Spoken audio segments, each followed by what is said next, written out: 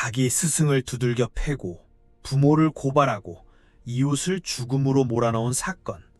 그런데 더 큰 문제는 다 큰 어른이 아니라 열 몇 살짜리 학생들이었다면 믿으시겠습니까?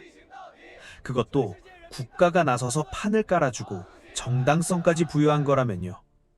누구나 아는 한 사람, 바로 마오쩌둥이 자기 권력을 되찾으려고 벌인 일 때문에 3천만 명이 굶어 죽은 것도 모자라서 또 한 번, 이번엔 나라를 10년 동안 걷잡을 수 없는 혼란으로 몰아넣었다는 사실은 잘 모르실 겁니다. 오늘은 불편한 중국의 얘기를 해보려고 합니다. 중국 공산당조차 역사상 최악의 과오라고 인정한 사건, 바로 문화대혁명입니다. 마오쩌둥이면 중국 최고 권력자인데 왜 굳이 권력을 되찾아야 했을까요? 원래 자기 자리 아니었나요? 이야기는 과거로 돌아갑니다. 사실 그 전에 마오쩌둥이 한번 크게 사고를 쳤습니다. 대약진 운동이라고 10년 안에 영국, 미국을 따라잡겠다면서 밀어붙인 경제정책인데 결과는 참혹했습니다. 최소 3천만, 많게는 4천만 명이 굶어 죽었습니다.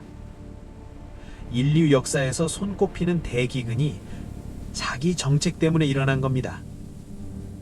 이 정도면 보통 나라 같으면 지도자가 물러나야죠.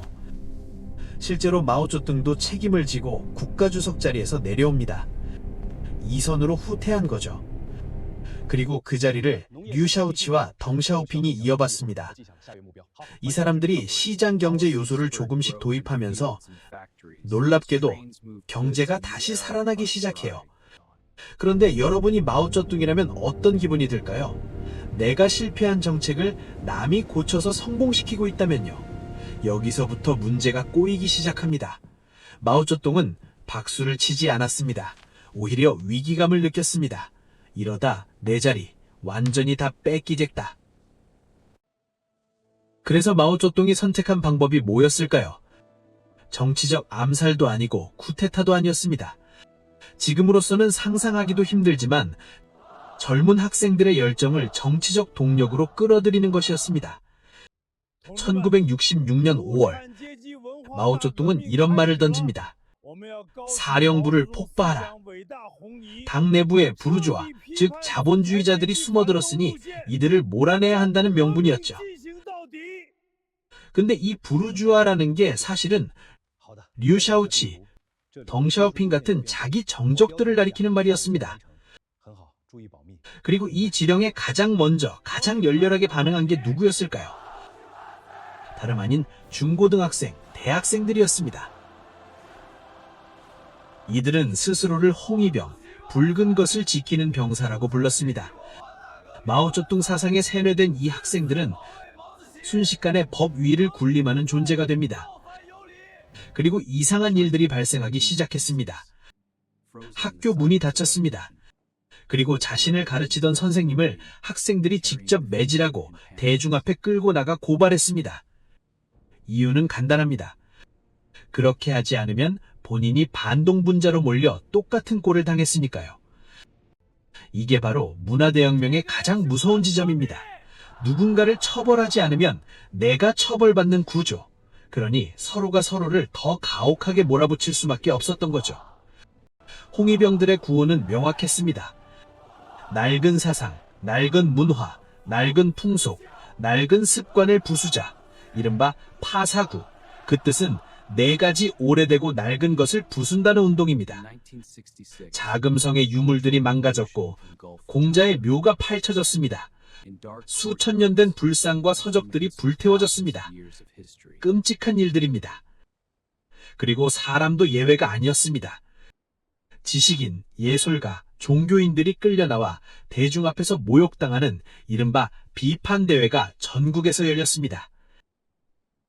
심지어 한때 마오쩌둥 바로 다음 자리에 있었던 류샤오치 국가주석조차 이 자리에 끌려나와 숙정당했습니다. 그렇다면 이 광기는 어디까지 갔을까요? 그런데 여기서 아이러니한 일이 벌어집니다. 홍위병 조직이 여러 갈래로 쪼개지고 서로 누가 더 마오쩌둥에게 충성하는가를 두고 무력 충돌까지 벌이기 시작했습니다. 도시 기능이 마비될 정도였죠. 결국 마오쩌둥은 1968년 또 한 번 결단을 내립니다. 이번엔 도시의 지식 청년들을 농촌으로 내려보내는 겁니다. 상산하방이라고 불리는 이 조치로 수백만 명의 청년들이 학업을 중단하고 농촌에서 육체노동을 하게 됩니다. 흥미로운 사실 하나 알려드릴까요? 이때 하방되어서 토굴에서 몇 년을 보낸 청년들 중 한 명이 지금의 중국의 국가주석 시진핑입니다. 아무튼 각설하고 한 세대의 교육이 통째로 끊겨버린 결과를 가져옵니다. 그러면 이 광기는 도대체 언제 어떻게 끝났을까요? 1976년 10월 3일 82세의 마오쩌둥이 심장마비로 사망합니다. 그러자 불과 한 달 뒤 극좌 세력의 핵심이었던 이른바 4인방이 전격 체포됩니다. 마오쩌둥의 부인이자 문화예술계를 장악했던 장칭, 상하이 노동자 출신으로 급상했던 왕홍웬, 문화대혁명의 이념을 설계했던 장춘차오, 그리고 그 도화선이 된 글을 썼던 야오원위까지 이 네 사람이 체포되면서 문화대혁명은 공식적으로 막을 내립니다. 그런데 놀라운 건 이 사건을 가장 냉정하게 평가한 게 다름 아닌 중국 공산당 자신이었다는 겁니다. 공산당 스스로 새로운 평가를 한 것이죠. 1981년 공식 문서에서 중국 공산당은 문화대혁명을 이렇게 규정합니다. 당과 국가, 인민에게 가장 심각한 좌절과 손실을 가져다준 마오쩌둥의 중대한 과오. 자기들이 신처럼 떠받들던 지도자의 잘못을 공식적으로 인정한 겁니다. 문화대혁명으로 최소 수십만에서 많게는 수백만 명이 학살당하거나 견디지 못하고 스스로 목숨을 끊었습니다.